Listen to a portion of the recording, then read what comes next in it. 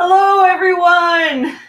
Welcome to the live stream. I feel like this might be, no, this is my second time going live by myself. I did a live stream for my, my 1 year anniversary on YouTube. I did that last November. So I did like a live stream for that. Everyone, let me know in the chat if you can hear me okay and all of that. Okay, it looks like there's people here.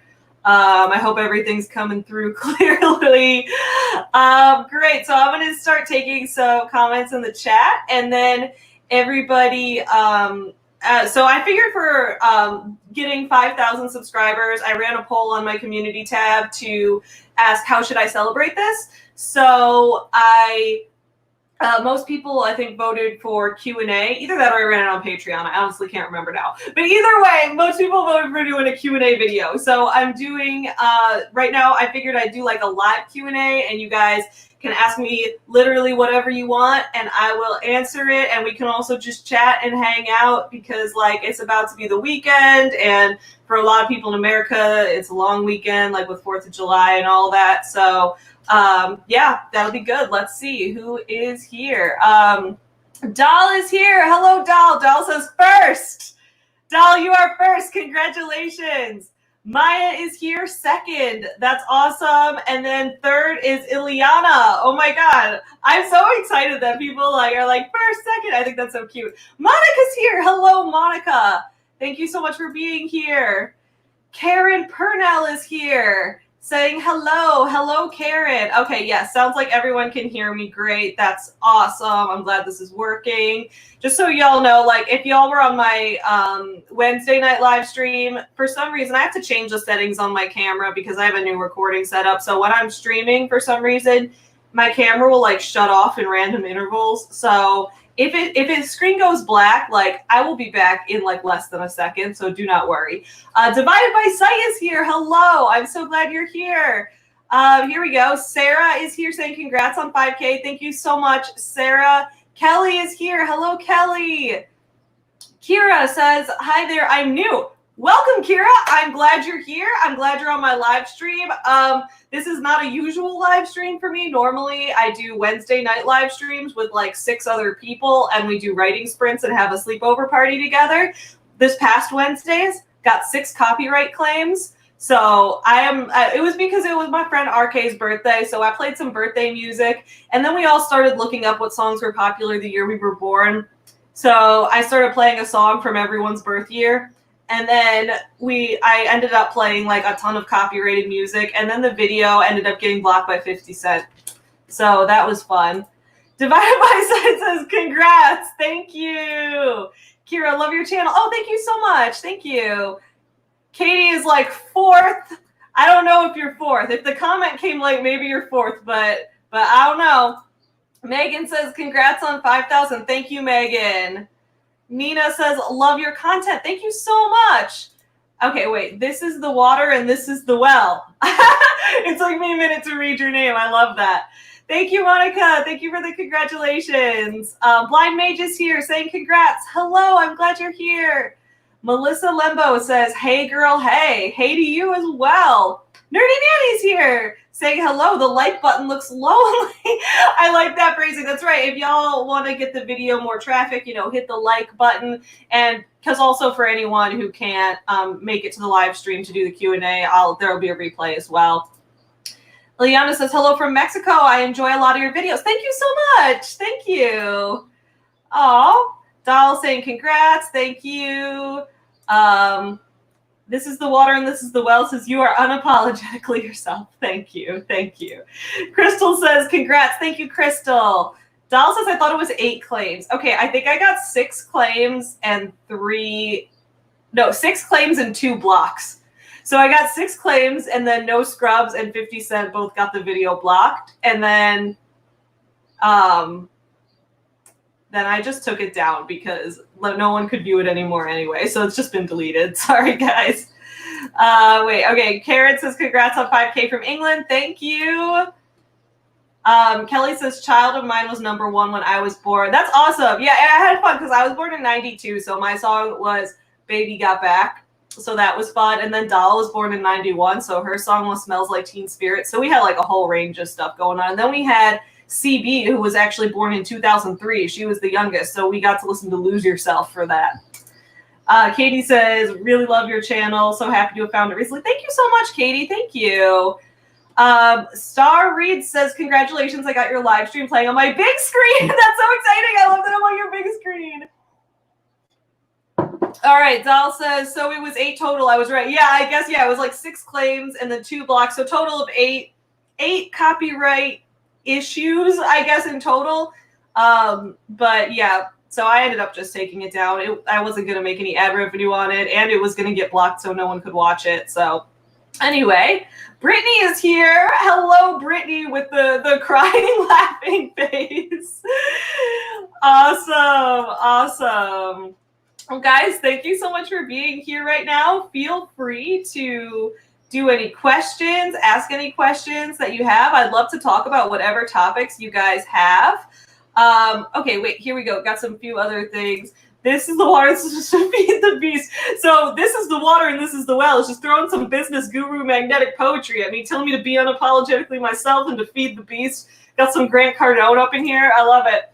Melissa says, can't wait to hear your thoughts on the Shane Dawson drama llama. That video is going to come out next Friday. So I actually did a collab. So I found this other YouTuber named Cam, and because we both did a video on Rachel Hollis's divorce, and we ended up finding each other's videos through that. And so we were talking about doing a collab, and then we decided to collab on this topic because she's a former Rachel Hollis fan, and I'm a former Shane Dawson fan. And so we were like, oh, this will be fun for us to talk about their similarities and how they both use the same idea of curated imperfection to get a solid fan base and then do unethical things to sell them products. So it was fun. Doll says, you're one of my favorite AuthorTubers because you're clearly more than writing advice, and that's what real writers should be. Thank you, Doll. I appreciate that. All right, got a question. Ilyana says, at what age did you start writing? 4. I started writing at age 4. I have a story with this. I love telling this story. So I started writing when I was 4 years old. And it was because my dog, I had just gotten a rescue dog for the first time. I was living with a single mom. This was in 1996, and we decided to get a rescue dog so we.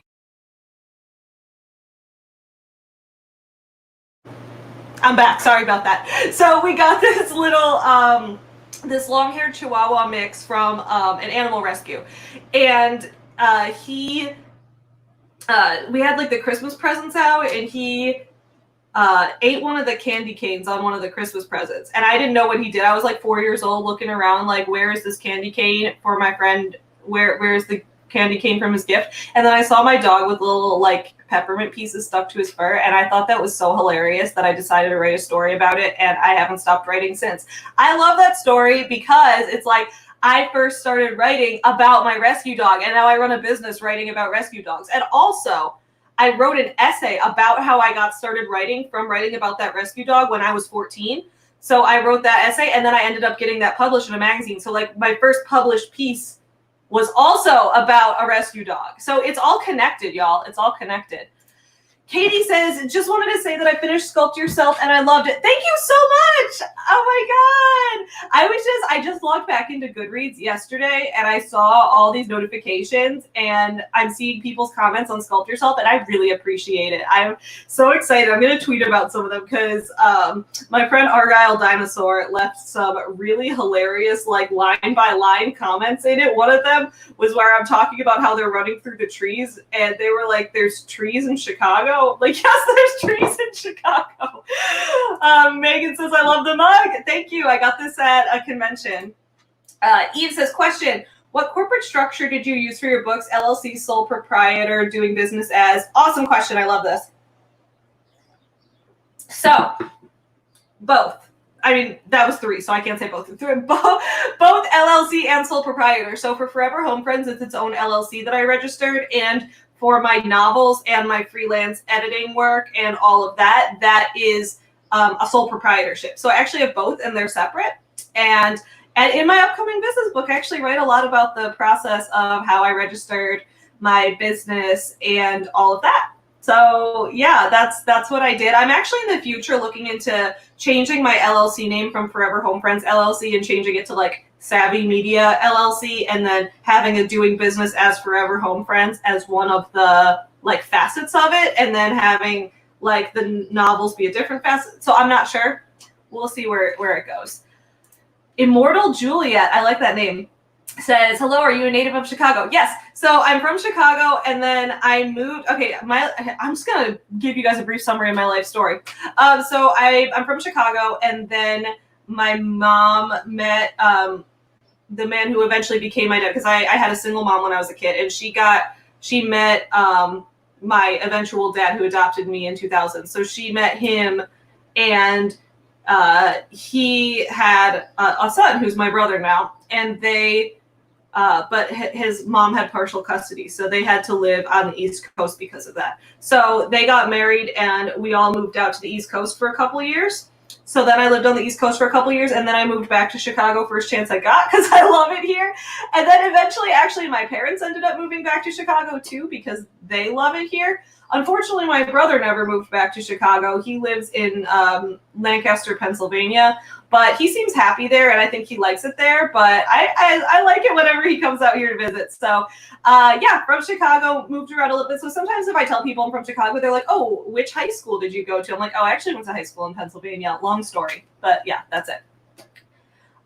Divided by Sight says, favorite color and place you visited. Favorite color's purple. I love purple. My back wall here's purple, so there's that. Favorite place I visited. Ooh, that's hard. I've done 2 reading vlogs about a time I went to a reading cabin in North Carolina. So my my in-laws live in North Carolina, and they also live in China. So that's just like, everything I have to say about where anyone lives is always a long story. I don't know why that is, but yeah. But by their house in North Carolina, there's this like little reading cabin. So that's a fun place I visited. I did a story time video about a time I visited New York and how crazy the trip was because I ended up spending like 24 hours on the Greyhound bus. So there's that time. But I don't actually travel very much. I mean, I know no one does now because of the virus, but like I never traveled very much. I've always been like a kind of stay in one place and get my work done kind of person. Kelly says, the Shane Dawson shit is so much more than drama at this point. Yeah, it's a lot. It's a lot. So my video is not kind of covering every part of it. I like bring up some of the more serious stuff that's going on, but the video is mostly focusing on the concept of curated imperfection and how people use that to get a dedicated fan base that is hard to get criticism from. I don't really talk about cult stuff that much in it, but I imagine it's kind of the same kind of thing where you get someone who's very devoted to you and is afraid to criticize you because they feel an emotional connection to you. So that's more what it's like. Jennifer says, how do you overcome writer's block? That is a great question. I have a few ways that I do that. Mainly when it comes to like fiction writing, I do a lot of free writing and stuff. Before the virus, I used to go out in public to do writing and try to find public places because I'm so extroverted. So writing at home, I would often get distracted or have a difficult time focusing. So I would go out in public. I can't do that now. So what I do is I do a lot of free writes. Live streams have been super helpful because whenever it's like, okay, the timer is set for 20 minutes. We're all going to write for 20 minutes. It's like, okay, now's my time to write on the stream. And then I can come back and tell my friends on the stream what I did. So that's a way as well. I think I experience the most writer's block when I actually have an assignment because I work for a couple of magazines. So when I have a writing assignment due, then I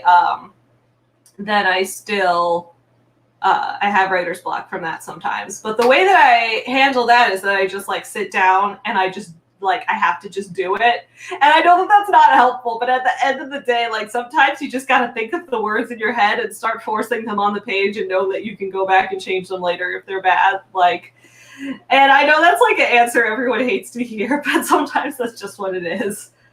Megan says, how old is Chuy?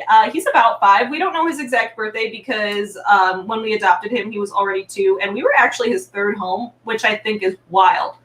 Because it's like, he's such a great dog. Like, how did not only one person, but 2 people give Chuy up? So anyway, we adopted him from a shelter when he was 2. And because someone will probably ask this on the stream at some point, Whether Chewy's named after Star Wars, we actually didn't name him. His name was already Chuy when we adopted him at 2 years old. So we adopted him in 2016. So we just use his like gotcha day, his like day that we adopted him as his like birthday. So we just assumed, oh, he was 2 on September 16th, 2016 when we adopted him. So he'll be 6 on September 16th, 2020. He might be 6 already. I don't know. It's 5 to 6. Don't forget his original name was Poochie. Oh my God, yeah. Sorry, Tyler just, Chewy's original, like his first home, his name was Poochie, which is like, just, why don't you just name him Dog? Like, what kind of name is Poochie? So they named him, I apologize if anyone in the chat has a dog named Poochie. I'm sorry. I don't like that name for a dog. But yeah, so his name was Poochie. And then we didn't change his name. The shelter changed his name to Chuy. And he got used to that name. So, and we thought it fit him too. RK Gold says, what's up, Savvy? Hey. Hope you had a great birthday yesterday, bud. Monica says, I got a question. What's your favorite Polish food? Oh my God, when I was a kid, it was definitely kielbasa. I would eat kielbasa. Like, I like died for kielbasa. Every time I would go to like the grocery store and they would be making, like they would have like kielbasa behind the meat counter, I would just be like standing there salivating all day. And then I would always like beg my mom to buy it for everything. And I would put mustard on it. I know that some people put like, what's the word I'm looking for? Like, obviously sauerkraut, like people make like kapusta with it, but I put mustard on it. Now it's my mom's homemade pierogies. That's my favorite Polish food now. My mom makes excellent potato and cheese pierogies, and she makes like these mushroom garlic pierogies that we make around Christmas. I'm sorry, I'm saying pierogies like an American. Pierogi. I know, Monica. Don't come at me. I got used to saying it like that, and I never natively spoke Polish, but anyway. Nina asks, do you sew your own plushes?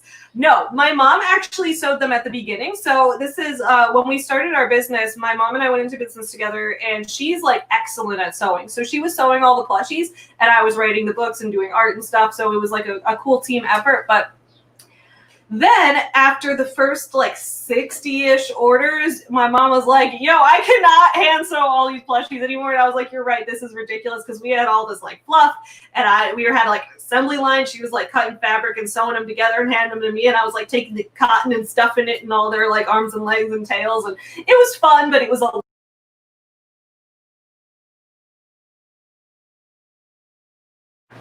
sorry about that. So it was fun, but it was a lot. So then we decided to get them manufactured, but the designs are still my mom's original design. So like I would send the original design to a manufacturer who would then bulk produce them in like 200 pieces. So no longer are they handmade, but if they were, we would start having to charge like a ton more for them just because they take so long.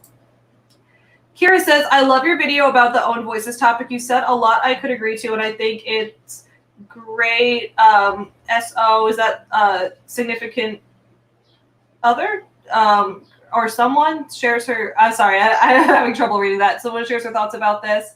We need to discuss this more and be open to different opinions. Yeah, I agree. I think open discussions are a necessity in this world, and I guess that seems like kind of a basic thing to say, but in reality, you guys know how much I love to talk, and I was a debate team kid for so long, and like I've just seen so much how having discussions and exposing people to new ideas can be helpful. And my advice, and I know that this might not be something that works for everyone, might be controversial, find content you disagree with and consume it. Not all the time, but just for the sake of avoiding a straw man if you argue against someone. Like sometimes I will watch a video here and there from like a conservative YouTuber just because I want to see what they're actually thinking. Because if I argue against what I think they're thinking, that's not going to change anyone's mind. So I hope that makes sense. Divide by Sight says, I have an Avengers mug. That's so fun. I love it. Karen says, I'm a small business owner. Any tips for navigating these trying times? Oh my God, yes. I think I'll make a video about this because I made a video a little while ago called The Coronavirus Ruined 2020 for my small business. And things have been actually getting a lot better in the last like month. So I might do a new video that'll be like how my business came back from the virus. Basically, I just started focusing a lot more in the online realm. And at first I was very intimidated by it. But now I've been putting so much time into my YouTube videos. I've been putting so much time into like finding other people online and finding other dog people. And I redid my website. I found it cheaper. Like I was running my website through Squarespace. I converted it to running it through Shopify because I found that Shopify, I could get it for $17 fewer a month. So I was saving that much money, and I was getting not quite all the same features. So right now there's no dog blog on there, but I'll start that back up later. But for the storefront aspect, I had to save the money. So I had to make a lot of changes into, which areas I targeted and how I ran my business. But I think that so I was able to make some changes on that. I also started doing affiliate marketing, which I will talk about. I have a video coming out on Monday about affiliate marketing because you guys know I make a lot of like multi-level marketing content. I think a lot of multi-level marketing people, the way they try to pitch their company is the way you would pitch affiliate marketing. So I'm doing a video talking about the differences and what affiliate marketing actually is. So I think that if like trying affiliate marketing as a way to generate more traffic to your website, that's something you can do. But I guess it's also specific for tips, like depending, what kind of business you run, what kind of products you sell, whether you do like a good or a service. So that depends. iWriterly says, congrats on 5K. Thank you so much, iWriterly. iWriterly is awesome. I love her channel so much. Also, I love your profile picture. I know that's also like your Instagram picture, so I've seen it before, but it's really cute. I love it. iWriterly has a novel. Meg from iWriterly has a novel coming out soon called The Cyborg Tinkerer. So those of y'all that like sci-fi, cyberpunk type stuff, that one's going to be a good one. Melissa says, when is your business book going to release? Did you decide on November? So my business book is going to release on my 28th birthday, which is going to be September 8th, 2020. So in about 2 months, that's going to release. Right now, I'm working on doing the final revisions and edits to it. And then I'm going to be doing the formatting and the cover design and all of that. And I have like a team of people on Facebook. Shout out to my street team members if you're in the chat, who are helping me with like promotion and social media promotion and that kind of thing. So it's going to come out on September 8th. Stay tuned for more announcements on that. That's a Tuesday, and I will do a live stream release party for that as well. So that'll be really fun. I had a lot of fun at my one final vinyl release live stream party. But November, I'm going to release the 5th Forever Home Friends book. So I got 2 more book releases coming out still in 2020, which is exciting. But yeah, September 8th will be #SavvyBusinessOwner, the business book. And then in November, I'm going to be releasing the Forever Home Friends book number 5, which is going to be about senior dogs. So it's like featuring 11 different senior dogs. I ran a contest and people submitted to me stories about their dogs, and I chose 11 of them to feature in the book. So there's going to be a lot of dogs ages like 9 through 15 in the book. So that's really exciting. So Nerdy Nanny, same question. When is your business book coming out? September 8th. I am really excited. I'm going to do more videos about that soon. Question, how much more complicated is it for an author living abroad to get traditionally published in the U.S. from Dahl? This is one of those times where I'm going to have to admit I don't know. I've never lived abroad. I've actually been out of the country once, and it was to visit my in-laws in China when I was 23. So that's the only time I've even been outside the U.S. Like I said, I don't travel much, and I don't know. And I only started I started working with a small press as like an editor and project manager recently, and we're very new to everything, and we haven't actually gotten any international submissions yet. Dahl, you could be the first. But I don't know. I'm sorry. This is the water, this is the well. Do you like cats? I love cats. I think cats are adorable. I've never had a cat because Tyler's allergic to cats and my dad is allergic to cats. And when I was in college, my best friend that I lived with was allergic to cats. So I've just never had a chance to have one. But I love them and I think they're so cute. And I love playing with other people's cats. B. Luz, let me know if I'm pronouncing that right. If I'm pronouncing that wrong, I'm sorry. Says, how did you meet your husband? Cute. I met Tyler in 6th grade homeroom. He was in my homeroom class with me, and we had English class together, and we competed over who got better grades. Actually, I don't think he cared. I cared because I was competitive. But then we were close friends throughout like 8th grade. We were in like band and marching band and stuff together, and so we dated throughout high school and on and off and in college. And then after college, we decided to move in together, and then we got married. So I've known him for, I'm 27. I've known him for almost 16 years now. That's crazy. But yeah, I met him in 2004. Doll says purple family. Yes, I love purple. Melissa says, where'd you get your tattoo choker? Oh, this? I got it. I just searched for like choker necklaces on Amazon, and I got this in a pack of like 6. Some of them have like little flowers in them. So yeah, that's where I got it. It was inexpensive. It was like a pack of 6 for like $12. So who knows? Maybe they'll break. I don't know, but I like them. Queen Jazzy Art, purple squad. Yes, purple. Kira says, seems I need to Google Shane Dawson. Yeah, he's in a lot of hot water right now. But I mean, you know, he's been around for so long.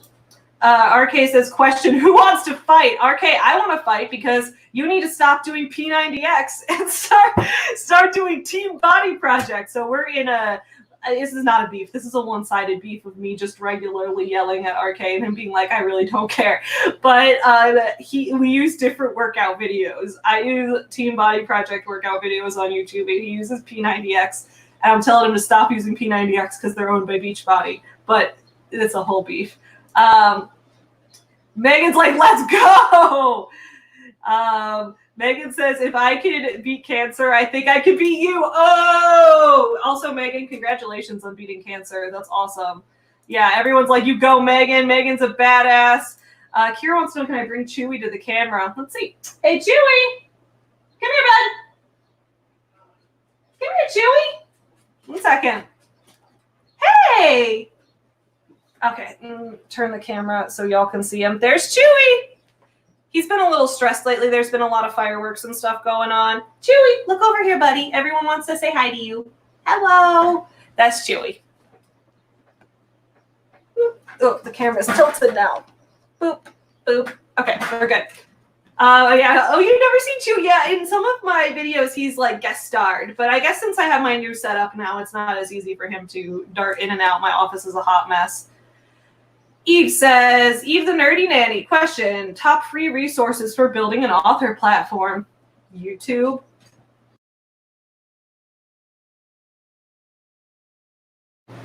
Honestly, YouTube is the #1 place I've built a platform. Also, MailChimp. MailChimp for set up a mailing list. And well, this is I don't have a lot of tips for getting a mailing list now that you can't go to events, but when I did events, I used to have a sign-up sheet for Forever Home Friends that would be like, sign up for pup dates, and people thought that was cute. But you can send out mail newsletters through MailChimp and keep your email list there, so that's a good one too. You can have a free account up to 2,000 people. I don't have 2,000 people on my email list yet. YouTube right now is where I have the biggest following. Like, I have the most people on my YouTube. So I would say making YouTube videos has been really helpful for me. Also, like Facebook groups, the AuthorTube Facebook group has been really helpful for finding people. Monica says, I put ketchup and mustard on my kielbasa too. I'm going to come for you for saying pierogies. I'm sorry. I'm sorry. It's just a natural thing to say because, you know, everyone says it that way. And I feel bad that I never learned to speak Polish. That's a thing. I do have a pair of shorts, though, that says dupa across the butt. That's butt in Polish, just for everyone to know. Megan says it's all facade. Megan's fighting. Sherry says, I'm planning on starting a small business. Do you have any advice for a newbie? Yay! I mean, that really depends on what you're selling, but I would say if you're doing like a product that you're selling online, I would say find like the best deal for an online store. I definitely, when I started, one of the biggest mistakes I made, I built my store on Squarespace first, which was like, I have nothing against Squarespace. I think it's a great site to use.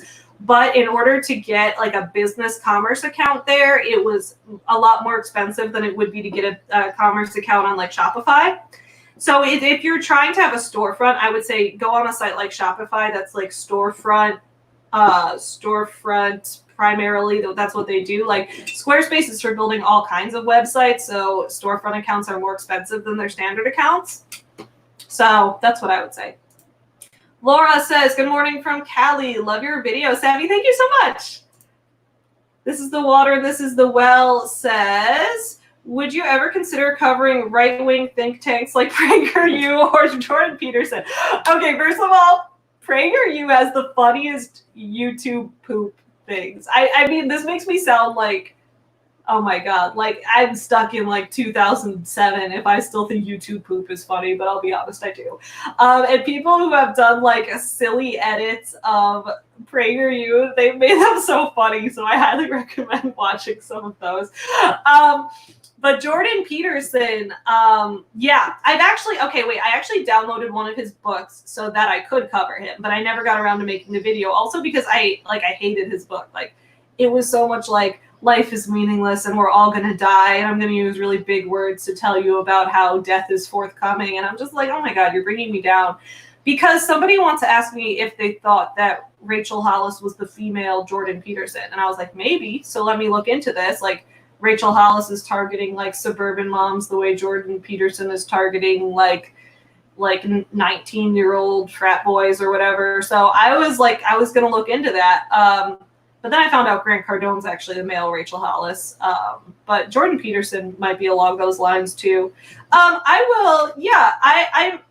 watched a few things that he's talked about, and there are some things he says that are fairly reasonable, and there are other things he says that I'm like, did you just pull that out your ass? Like, what?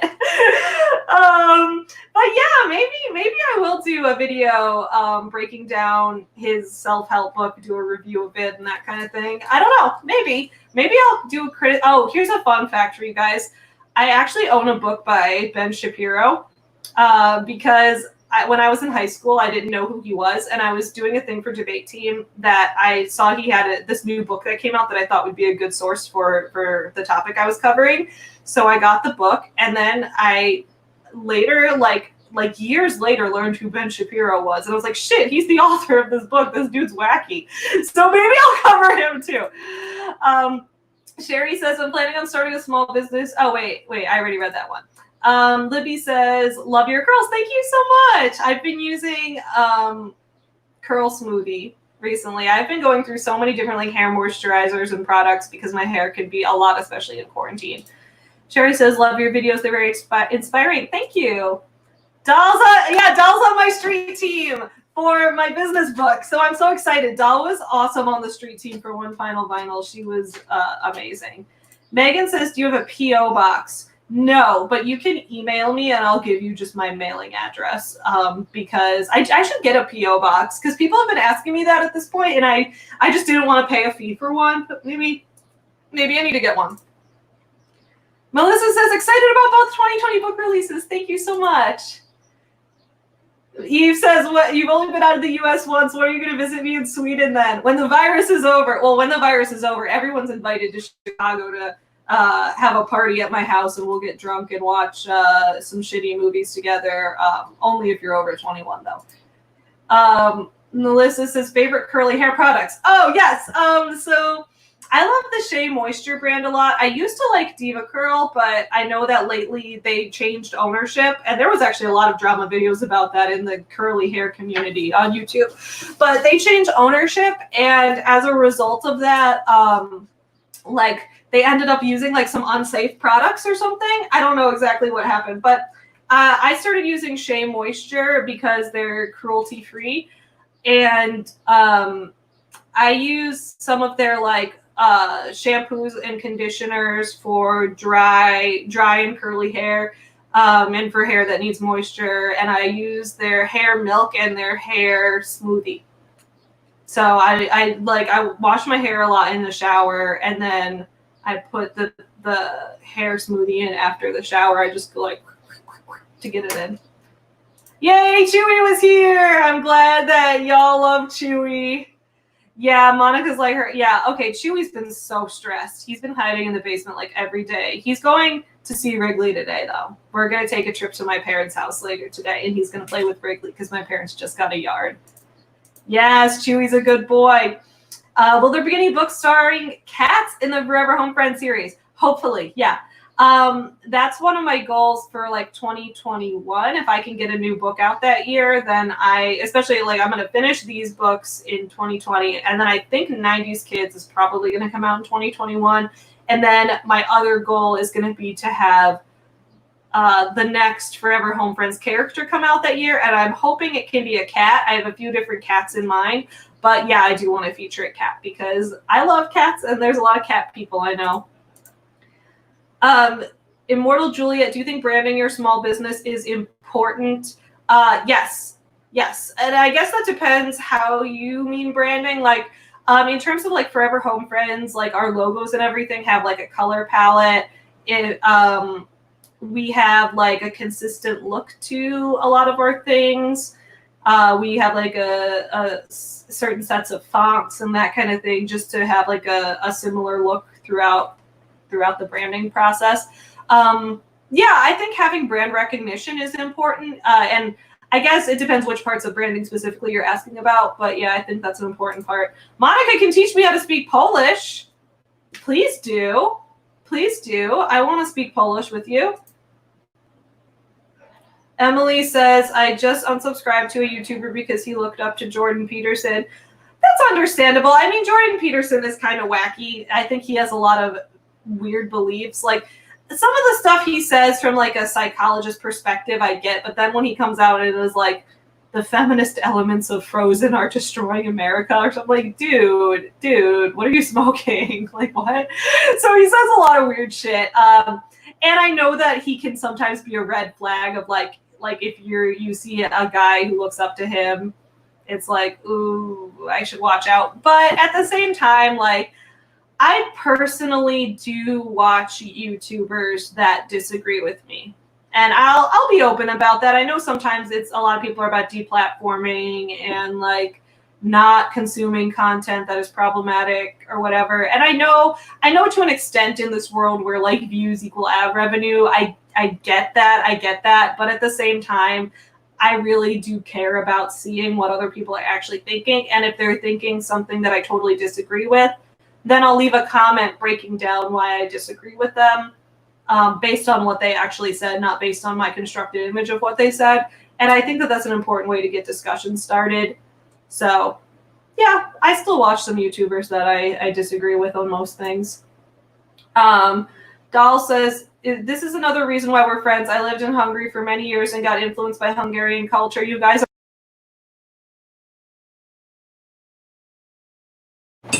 Dahl says, Hungary and Poland have a history of friendship. Oh, that's so cute. I love it.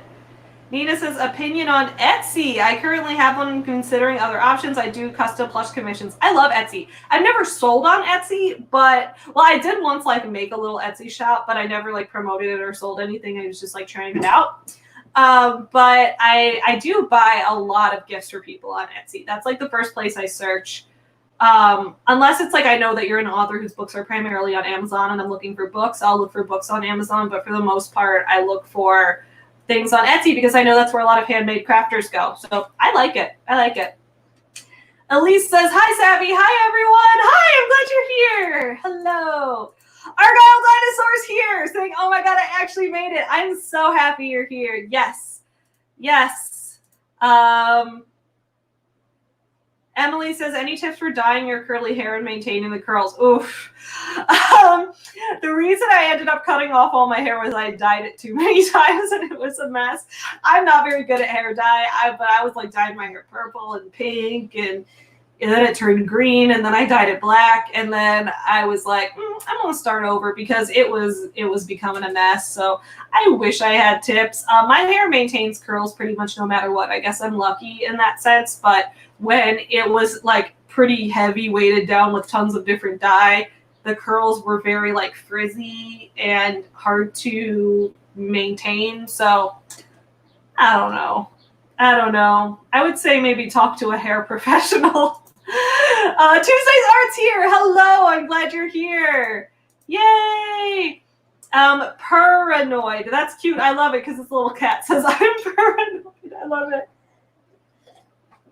I love your Rachel Hollis vids. Good stuff. Pause. Monica's latest vid to pop in and say hi from Canada. Well, thank you. I'm sorry I interrupted you from Monica's video because her videos are excellent, but I appreciate the compliment as well. Thank you. Oh, and then Monica's over here telling me I'm more important. See, Monica, this is why we're friends. We're prioritizing each other all the time. Christine Ingram says, hi guys, Savvy, would you consider cutting down on the cursing in your videos? I'd love to share them on my social media, but I'm a teacher, so I try to avoid sharing videos with more than one F word. Yeah, I can do that. I apologize if that gets a lot. I just kind of talk off the cuff a lot of the time, so my whole life I've really struggled with having a filter. I have always kind of had whatever's in my head just spew right out of my mouth, and it takes me a while, so maybe that'll be something I do in the editing process. So yeah, I can do that. I can try that. Elise says, just did my first write-in and it was stressful. How do you manage to find topics to talk about, especially when you don't have a lot of people to interact with yet? For write-ins, I would say co-hosting is like, I was nervous to do my first write-in live stream if I didn't have a co-host. So I had Dahl and Lauren Sevier were the first two people that co-hosted with me. And having co-hosts meant that you have someone else to talk to and you can bounce ideas off of each other, even if there aren't a lot of people in the comments yet. So I would say if you don't have a co-host, find a co-host, and that should help. Dahl said, I had Polish friends trying to teach me Polish and I failed so bad. I was going to take a Polish class in college, but my mom dissuaded me from it because she said Polish is so hard. CV literally just woke up and I'm here. Yes, CV, I'm glad you're here. This is the water and this is the well. Who hears a voice in their head telling them all the things? Are you just quoting my videos? I kind of find that hilarious. I love it. Argyle Dinosaur says, I paused Hannibal to go to Twitter for some reason. Saw your tweet, expected to have missed it, but I made it. Good times. Oh, I'm so glad you're here. Argyle Dinosaur. Okay, last night, I logged back into Goodreads for like the first time in forever, and I saw all your notes on Sculpt Yourself, and I screenshotted my favorites. Hold up. I'm going to read them real quick because I'm going to tweet these out. These are so funny. So Argyle Dinosaur is the best. Okay, wait. So is where Emma and Kelly are on the date, and I had the line, is this a date? And then Argyle Dinosaur commented with, yes, communication, Papa bless, Savvy, 4 for you, Glen Coco. You go, Glen Coco. And then from after the last line of the book, which I won't spoil here, Argyle Dinosaur commented, you bitch, I love you. And that my other favorite one was when you asked if there are trees in Chicago. Yes, we have trees here. Christine says, you have beautiful hair. Thank you. Immortal Juliet says, curly girls, go check out the Curly Girl Method groups on Facebook. Lots of great information. I will have to check that out. Lately, I was looking into like the hair community on YouTube. I had just found this recently, and I was looking at the charts that have like different types of curls, which they don't teach you about curly hair when you're growing up. So I grew up thinking like everyone brushed their hair. I thought I was supposed to brush my hair, and then I wonder why it always looks so bad and why it always hurts so bad to brush it. It's because curly hair does not get brushed. You're supposed to work through it and then put something in it. So I started finding, that the hair can be like, there's like the A, B, and C chart and the numbers, like 1A through 4C, that kind of thing. I'm not sure exactly what number my hair is. I feel like either like 2C or 3B. I'm not sure exactly though. And Katie says, maybe a hard question to answer, but you're so great at looking things critically, objectively. Thank you. Does that come naturally to you, or did you teach yourself? If so, how? I don't know exactly how it came to me, but I think it's from being a debate team kid. So I was on the debate team for like 10 years, for like throughout middle school, high school, and part of college. And then, well, my headphones fallen off. I guess I'm not listening to anything. I don't really need these on. I don't know why I'm wearing them. What was I going to say? Yeah, so I was on the debate team for a while, and then I coached debate team for 3 years after that for middle schoolers. So, so I learned critical thinking from being on the debate team, and from like on debate team, you're forced to argue multiple sides of something. Like they flip a coin, before the round starts, and you're assigned a side of the debate, and you have to argue that side. So I was forced to argue things from all perspectives from the beginning. That, and even if I was giving a speech that did have my opinion and did come from a side, there was a requirement that you followed a set of logical steps where it's like there are like, right, there's like claims and warrants. Like every claim you make should have warrants, and then every warrant you make for the claim should have pieces of evidence to back it up. So I had to do all of that for a long time. And then when I would watch the news, regardless of like, if, you know, in America we say like, you know, Fox News is conservative bias and MSNBC is liberal biased or whatever, whenever I would watch any news channel, I would just start thinking of arguments against whatever any person was saying, regardless of what kind of side they came from. So, you know, constantly looking at things critically and having to have argued sides for a long time, I think helps you look at things objectively. That, and my best advice for like looking at things objectively is just to avoid a straw man whenever you can. I feel like, and I'm going to do a video about this in the future, I feel like the straw man argument is one of the greatest flaws in communication that we have, and it's very hard to overcome because a lot of times we don't want to interact. And I know people will say like, oh, people who disagree with you, you know, it's not a disagreement if it's about like, you know, human rights or something. And I agree that that's not just a matter of opinion, but I also think it's important to listen to what they're saying so that you can argue against it, not so that you can indoctrinate yourself with beliefs you know are harmful, but so that you can know what to argue against. Like when I've tried to, like, if I tried to argue against someone on a topic and I said what I thought they were thinking and it wasn't true, then that would do nothing to convince them. And I found that happening a lot with like a lot of think pieces I see being put out by everyone, really. It's really not a political thing, by everyone. A lot of think pieces that say like, you know, this issue is not really about this, it's actually about this. And it's like, sure, maybe, but the other side doesn't actually see it that way. So you're not going to convince them by saying you're actually just doing this, because in their mind, that's not what it's about. You did nothing to attack the actual argument they made. That was a long answer, but I hope that made sense. Miss Vanessa says, your sarcasm gives me life. Thank you. Everyone's comments here give me life. Doll says, I'm always open to co-hosting unless I'm already co-hosting somewhere else. Yes, Doll is a fantastic co-host. Doll always has a million interesting topics to discuss. And I think Doll is like one of the most interesting people I know. So Doll, if Doll is offering to be your co-host, jump on that. Snag that. That's a great opportunity.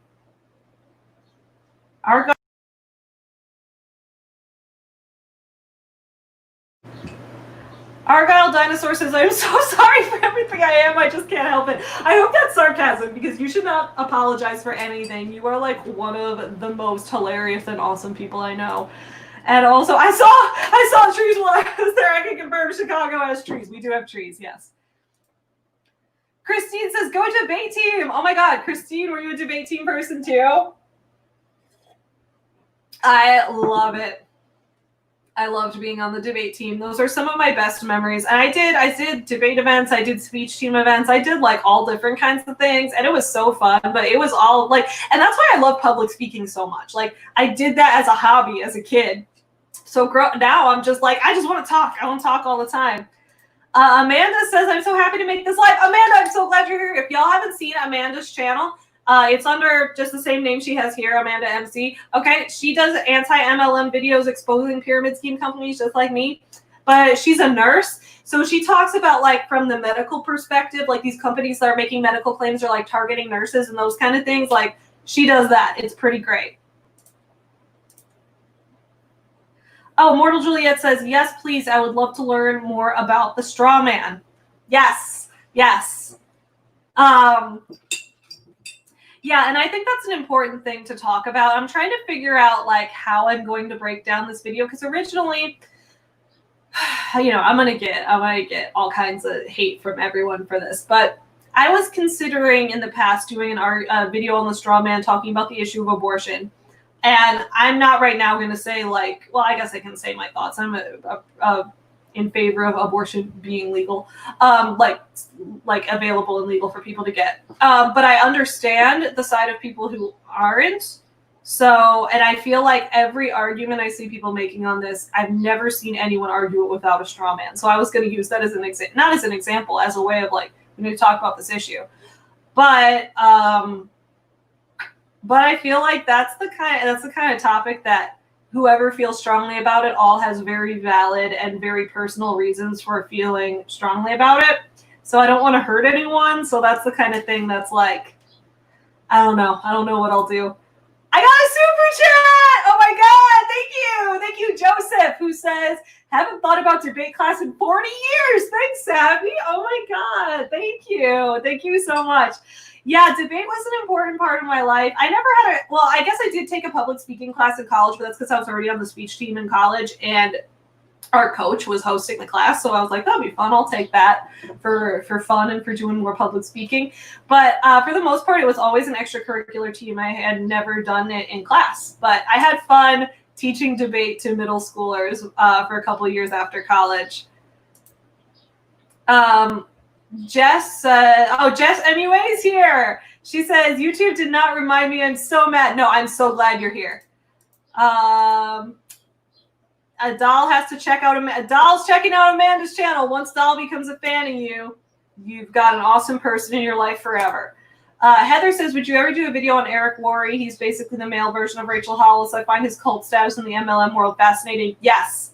I keep having like videos on Eric Worre and Robert Kiyosaki and a few of those people in my like list of videos to make. And then I always end up bumping them later because something more immediate comes up, like, oh wow, look, Rachel just got divorced. Erin Condren just did an awful thing, you know? So I end up having more immediate topics to talk about and bumping those down. But oh yeah, Eric Worre is a very unethical dude. He scares me. So yeah, I'll talk about him.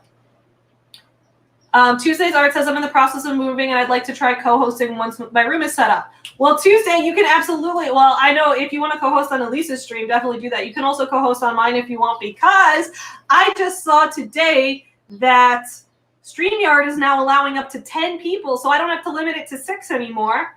So I can open up the stream. Like, more people can hop on my stream if you want. Christine says, thanks for the critical thinking tips. I teach science and they never taught me how to get kids to do that. It helps to hear from a writer. Thank you. Thank you. Yeah, I think critical thinking is a difficult skill to teach because it's both concrete and abstract at the same time. It's something that you learn through doing in practice. Jess, I'm glad you're here. Ellie says, I hope we can find a way to co-host together. I'll try to talk to you about it. And thanks for the advice. You're welcome. Karen says, what made you decide to start a YouTube channel? I would love to, but I don't know if I'm brave enough. I encourage everyone to do it. What made me want to start it is that I've always loved making videos. And I just wanted to make videos. Like, I watched a lot of YouTube and I always wanted to make like movies. So in the past, I used to direct student films and stuff when I was in college. But going into the like independent, like I didn't want to work in Hollywood or anything. LA is a hot mess. Apologies if you live in LA, but I didn't want to go into the like full on like corporate film industry. And I was interested in independent film in Chicago, but I didn't like it starts so much money to start up, especially because I was mostly interested in writing, getting books out there. You can do with a lot smaller budget. But then I heard that there was like AuthorTube, and I was like, what? I could make some writing videos. So it was able to combine two of my passions. Yeah, I think you should start a YouTube channel. I think that'd be awesome. Katie wants to know, what's my favorite Star Trek series? Ooh, that's tough. Next Generation, though. I think Next Generation is the greatest television series in all of television of all time. Jess says, please keep this up, Savvy. Do you mean this stream? In terms of like keep it up as in like don't take it down. I won't take it down, but in terms of do you want the stream to keep going? Yeah, I'll keep going. I might have to stop to pee in a few minutes, but other than that, yeah, I'll keep the stream going. Christine says, I'm trying to get my students into debate, so good for them. They love debate in class. We need to be kind and use critical thinking. Yes, I think debate is great for kids because kids love to argue naturally, and I know debate is not just arguing, but it's a way for them to get to use that competitive, argumentative energy while learning to use it in a productive and academic kind of way. I think it's such a great skill. Yeah, okay, we've got a lot of people loving debate. I think that's awesome. I'm so glad. Katie says, that was wonderful. Thank you. I appreciate how thorough you are. I want to learn how to be more objective and think more crucially as I struggle with that. I think it's natural to struggle with that, like, to an extent. I have, like, especially, and I understand, like, it's hard to remain objective in a time when someone is attacking you. Like, right, if I meet someone who's, like, misogynistic, who is, like, you know, in favor of, like, male supremacy or something, you know, that's directly an attack on me as a human. Or if someone is, like, homophobic or anti-LGBT, it's an attack on me as a human. When I meet someone who's, like, if I meet someone who's, like, a white supremacist, like, that's an attack on human rights. So it's natural to be, and I don't fault anyone for being emotional about those things. I think emotion is very human and very necessary. So I understand why it's hard, and I think that that's normal and healthy that it's difficult in a situation where someone is hurtful to you. But and I think that, like, maybe, you know, arguing with people is not for, like, everyone can specialize in what they want to do. I choose to argue with people online, but, like, if I see, like, some dude, or, like, I, you know, when I did my video on J.K. Rowling, I was arguing with people who didn't believe in, like, trans rights and that kind of thing. I was arguing in the comment section, and, like, I will take the time to explain, based on the points that you made, why it's important to support trans people and all of that. So, yeah, it can be tiring though. Sherry says, what's the difference between super chat and normal chat? Oh, super chat is like, it's like if you put money in it. So it's like on YouTube, there's a super chat button. Although I don't know if it's available in every country, but there's a super chat button. And if you push a super chat button and you put in a dollar amount, usually, like, I don't know, $1, $2, $5, something like that, and it, like, highlights your message in a color, and then it, like, brings it up as a priority. So if there's, like, a ton of people in a chat, sometimes people will give a super chat to get their thing seen, and so that also the creator makes money. So I make money if people do super chats, but they're the paid thing. Jess is like, I can't stand Eric. Yeah, Eric from Eric Worry. He's the worst. Oh, yeah, Tuesday, you're welcome on Doll's stream also. I love it. This is the water and this is the well. Do you have any tips for living with body dysmorphia and not letting it ruin your life? Oh my God, that's such a good question. Actually, my OCD medication has helped a lot. And then when the body dysmorphia gets worse, I talk to my psychiatrist and they've increased the medication. This is not me telling you to go take medication. You have to talk to a psychiatrist about that. But that's actually helped a lot, because I think a lot of it's related to my OCD, and, like, being grossed out by bodies as an OCD thing has made me grossed out by my own body or something. I don't know. I'm not a doctor, but that has helped. That and just, like, I don't know, writing about it, and I don't know, finding different outfits, things like that. Immortal Juliet says, I would love a video on Gary Vee. Oh yeah, I need to. I'm actually planning to include him. I'm going to do like one of those tier ranking videos with, like, the business guru tier ranking kind of things.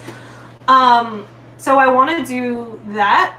Gary Vee is probably my least hated of the business gurus. I've actually gotten some value out of his content. I think he's really smart when it comes to content marketing, and he knows a lot about that. But I think he has some dangerous, like, toxic positivity realm ideas, so I do want to talk about those. Oh yeah, Karen, you don't have to show your face on camera. Doll doesn't show her face on camera. She has a Bitmoji avatar, which is super cute. Paranoid says, I made my channel over 10 years ago and never did anything with it, just starting to get into it now that I'm retired. Yeah, there's so many different ways. I actually made this account back in, like, 2017. So, and I didn't really start, like, regularly making videos until the end of 2018. So, yeah. Just as, like, since I missed almost a freaking hour of it. And Doll says, I wish I could give super chat. I'm short on. Yeah, no one should ever feel pressured to give a super chat. Like, just if you want to kind of thing. Yeah, Doll, always talk to a professional if you need to adjust your medication. Yes. Yep. That's the thing that's one reason I roast so many of these business scammers, because a lot of them pretend to be doctors. Like, that's so weird that people want to pretend to be doctors. They want to diagnose people. They want to sell them like their fake supplement that'll replace medicine. No, if you have an issue with either mental health, health in another part of your body, whatever, go see a doctor who is trained and certified in that. Oh, Jess, you also have OCD. I've met a lot of other people with OCD through YouTube, which I think is really cool because we have an understanding of how a lot of this stuff feels. Oh, Adele, you want to do a Gary Vee collab? Yeah, let's do it. Yeah, he is a mixed bag. That's what because I watched a lot of his videos, actually, and I've gotten a lot of value out of some of them. Like, I'm not just going to hate on him just for being a business guru. I feel like that would be counterproductive to what I do. So I'm not just going to hate on him for that, but I do have a problem with some of the things he says where I'm like, oh, I don't agree with you on that, don't agree with you on that. But then there are sometimes he says something like, that makes perfect sense. I love that. I love his approach to content marketing and to innovation and to looking forward and that kind of thing. CB says a business guru alignment chart. Oh, yeah, we'll see which business guru is a disaster or is a chaotic neutral or what was it, chaotic evil, those kind of things. Grant Cardone is chaotic evil. So is Tony Robbins. Too many of them are going to be in chaotic evil, I feel like. I think Rachel Hollis might be like a true neutral. I don't think she's evil. I think she's just flawed. Toxic positivity is my nemesis. Yes. All right, guys. I'm going to answer more questions in like 2 minutes. I just now have to pee because I've been drinking too much coffee. So I'm going to mute my mic. Oh, maybe I'll share it. Maybe I'll put up a little video like it's like hold music or something. Here, let me find one of Doll's videos. I'm going to put up one of Doll's videos while I run to the bathroom. YouTube. CB says, I think that Rachel Hollis is a lawful neutral. I think you're right. I think she is. I'm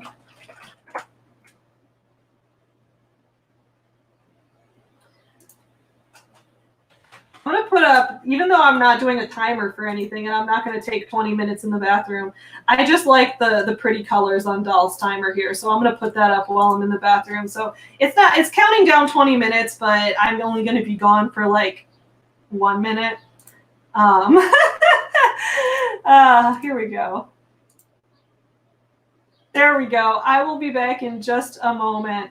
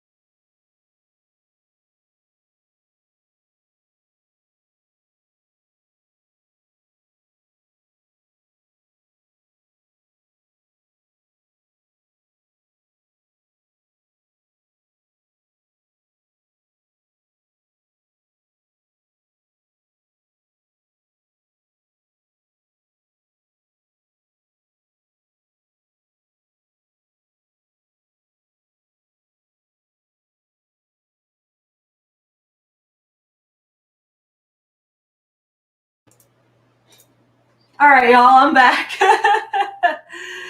I just thought I'd put that timer up because it's pretty, even though we weren't counting down to anything. All right, let's see what we got here. Going back up to the comments. Yes, if you have an issue with mental health, go see a doctor and do not buy Young Living essential oils. 1000% yes. Katie says, I'm diagnosed with OCD as well. I've only met one other person with it. It's great to have others who understand the struggle of it. Thank you so much. Yeah.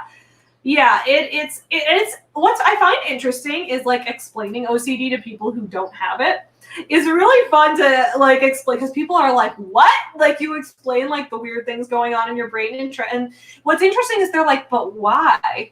And you're like, it's not. What do you mean, but why? It's just, that's just how it is. Or I'll be like, oh, I have a compulsion to do like this thing. And they're like, but why? Or like, but that doesn't do anything. Like, yeah, I know. It doesn't make sense. That's why it's a mental illness. Paranoid says, I'd love to see a vid on the HGH gel. Oh, I haven't heard of that actually. I know a few people taking it and it seems sketchy to me. I'll look that up. I'll look it up right now. HGH gel. Let's see. Oh, there's a book about it. Maybe I can do a book review. Hold up. This is fascinating. Maybe I'll do a screen share. Hold on. 1 second. We're going to talk about HGH gel for a second and then go back to questions. All right, HGH gel. So here's the book. The safe and practical, what does that say? Okay, get out of here. Get out of here. Stop, I'm trying to read it. The safe and practical something. I can't see what that says. Human growth, human can't talk. Human growth hormone. Can it slow your aging? What? This I'm not a scientist, but this sounds weird. This sounds very weird. Oh my goodness. Let's go on WebMD. Although I'm scared of WebMD. Every time I'm like going on WebMD, it's like, you have cancer, you have the coronavirus, you'll die in 7 days. And I'm like, no. Human growth hormone. Whoa. Okay, so this is harmful. Oh, wow. Okay.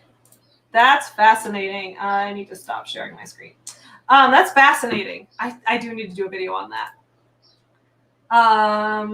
That was OMG when I pulled up her timer. Go see a doctor who is trained and certified in that. Savvy 2020 should be on a t-shirt. Maybe I'll make that into a merch item. Just go see a doctor who is trained and certified in that. And someone asks a question about how to fix this issue or whatever. Yeah. That's a big problem with nowadays people online trying to diagnose and give unlicensed advice to one another. It happens too much. That's what one of the items I'm talking about in the video I have coming out next Friday, which is, comparing Rachel Hollis and Shane Dawson, how they both, to an extent, talked about things that they weren't licensed to. Like, I don't know if anyone remembers Jake Paul. Shane Dawson made that whole documentary on him because there were no journalistic ethics, whatever implied. He made that video about him, and it was like, can we diagnose him as a sociopath? And it's like, you are not a doctor, Shane. What?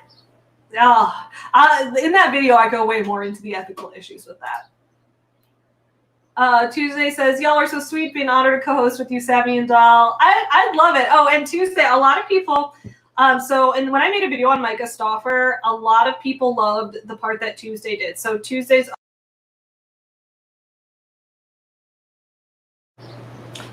art did a section in the video I did about Micah Stauffer, and a lot of people really liked that section. Some people wanted to argue with that section, being like, no, this type of behavior therapy is totally fine, I promise. And it's like, well, you're not a doctor either, bro. Anyway, watch the Micah Stauffer video. It's now my second most viewed video of all time. My video about my boobs has been dethroned by 2 videos. Rachel's divorce is my most viewed video. Heather's here. Hi, Heather. Oh, that's awesome. Heather, I'm so glad you're here.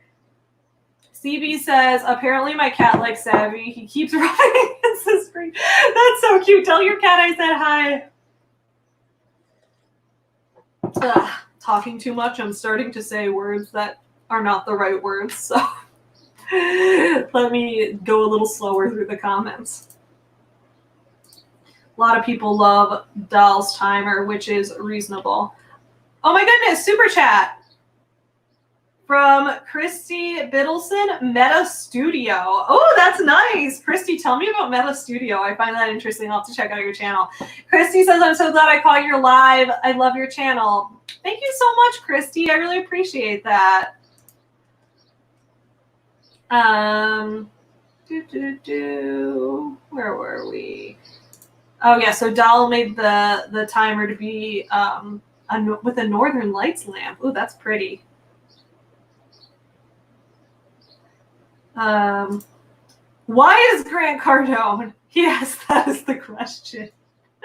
That is definitely a question in and of itself. Just like, why is not why is Grant Cardone? Why is he? Why? Just why? Yay! Let's see what else.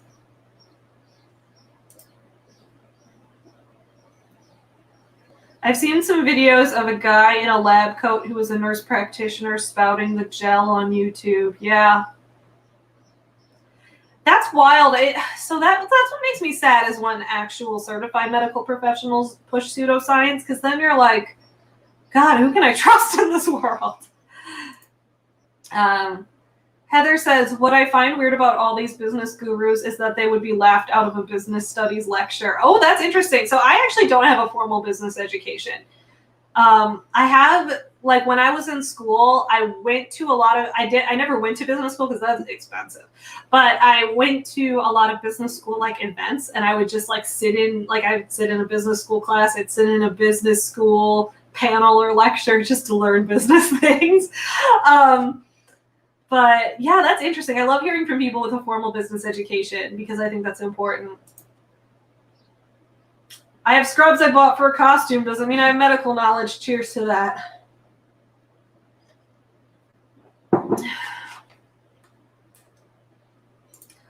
Argyle Dinosaur says, also, Shane made that video with and about Eugenia Cooney and her struggle with her eating disorder, and like probably could have waited on that video, my guy. Like it was right after she got out of treatment. What the fuck? Yeah. Yeah. I actually didn't watch that one. I was kind of disturbed by the thought of it, and I never had followed Eugenia Cooney. I was always like worried about her, but I never followed her. I didn't really know, like, I didn't know much about her. But that video seemed kind of weird, and then I didn't watch all, but I'd heard that like his video on her was not productive, that it was actually detrimental to her treatment. I don't know if that's true, but that's what I'd heard. But yeah, I feel like Shane, and at first I gave him a shot with the documentary stuff because I was like, bro, like, you could give it a try. Like, I thought it was cool he was trying out something new and was putting a lot of effort into it. But after a while, I was like, there's too many ethics violations going on here. Leora is here, says, hey, congrats, Savvy. Thank you. Leora, I'm glad you're here. Elise says, congrats on 5,000 subs. You deserve that more. Thank you so much. Guys, I feel like, here's the thing. It took me a long time to get to 5,000. I have almost 300 videos on my channel. Like, I've been making a ton of videos. And sometimes I get, like, I see someone with, like 5 videos have, like, 20,000 subscribers. I'm like, dude, well, first of all, I'm happy for them because I'm like, that's amazing. But I'm also like, how'd you do that? I had to make almost 300 videos to get to this point. Amanda says, Shane Dawson is so bad with pretending to help creators and diagnosing. Like, yeah, when he's talking about, Eugenia Cooney and he got Katie Morton involved. Yeah, I don't know much about Katie Morton, but she seems a little unethical to me because she seems to get involved. Like, she's like a licensed therapist, but she, like, that was one of the things I criticized when I talked about his video with Jake Paul, because he would, like, bring her over to people he was trying to diagnose and not disclose that she was a therapist who was going to be examining that. I was like, what are you doing? Like, how many ethics violations can you fit into one video, my dude? Oh, Leora says, never realized I had the treble bass heart tattoo. Yes. Wait, nope, wrong arm. I'm like looking at myself in reverse right here. Yes. Yeah, I got this a couple years ago. It's made in like the Styles paintbrush strokes. When I went to the artist with the idea, he's like, I do this tattoo so often. I want to do something different with it. Can I do it in paintbrush strokes? And I was like, yes, absolutely. That sounds amazing. I just realized ED is not always eating disorder. Yeah, sometimes it's erectile dysfunction, but I knew what you meant. Del E says, I didn't watch any of that, even though I liked her, just felt like it rubbed me the wrong way. Yeah, it's understandable. Christine, yeah, I used to work with geriatric patients in ED. Yeah. Catlett says, hey, I just wanted to drop by and say hi really quick. Congrats again. So excited for you. Thank you. Thank you so much. Kat Benson is awesome, guys. I'm so happy that she has been watching this channel. She's great. Joseph says bought subs and some people might buy subs and views. Some people I think are just are good at the algorithm and just like hit the right points at the right time or made a video about something very timely and grew from there. Like that does happen. Some people buy views. So I think it depends on the case. Yeah. Christy says, oh dear Christine, work very true. Worked for nursery. Yeah, it does. Oh, thank you. Yeah, Katie Morton is a red flag therapist. I wouldn't go to her even if she paid me. Yeah, I've had concerns about her.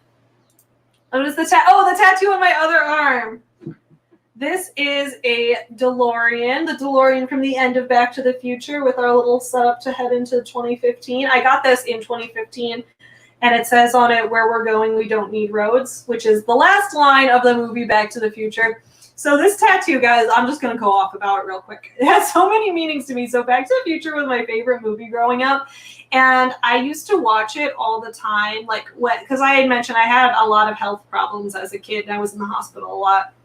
And every weekend I would just watch Back to the Future on marathon. And it was kind of my escapism from my health issues that I had.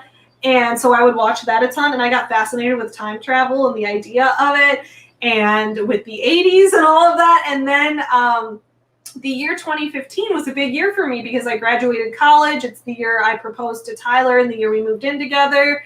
It's the year, I started getting multiple jobs and starting to pursue my author goals and that kind of thing. So it was really just like the big turning point year in my life. And 2015 is where Marty and Doc go in Back to the Future 2, where they go to when they go to the future.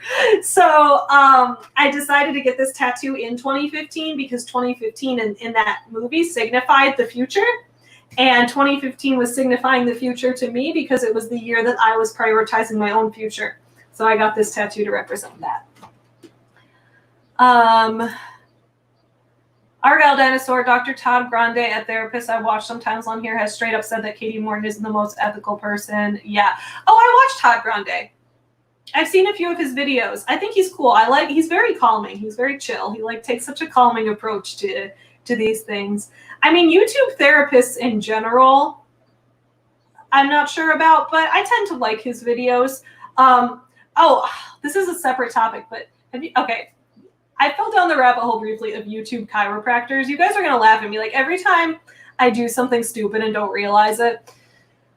So you guys know I have scoliosis. I have so many back problems. So I love getting my back cracked. I love that kind of thing. So I started watching YouTube chiropractors because it was so satisfying for me to watch people's backs getting cracked. And then I saw a Reddit thread where someone was talking about how YouTube chiropractors are just softcore porn. And I was like, what? What? I thought this was just supposed to be calming stuff for people like me with scoliosis. But then I started looking at the videos and they were all like, hot cheerleader in yoga pants gets her back for the first time in 25 years. And then the thumbnail will have her butt facing towards the I'm like, wait, that's what this was the whole time. And I thought this was just fun videos for people with back problems to watch. And so I stopped watching those because I was like, man, these YouTube chiropractors. Paranoid says, congrats on 5K from a new sub. Thank you, and thank you for subscribing. Yeah, Dr. Todd Grande, so far from what I've seen from mental health YouTubers, seems to be the most ethical. Oh, Heather, thank you. All my tattoos have special. Wait, since I'm wearing a short dress today, I can show my favorite tattoo, which is,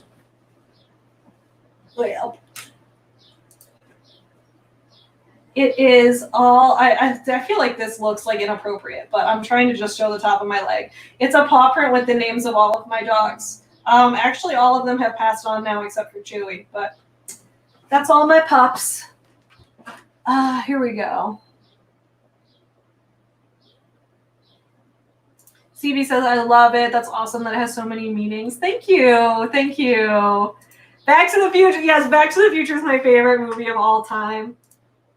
I used to like Katie Morton, but hearing about what she did in the Jake Paul doc, yeah, that was the first red flag for me with her. I actually hadn't heard of her before that. I hadn't watched that much in the YouTube mental health community before that because I didn't even know there was a YouTube mental health community.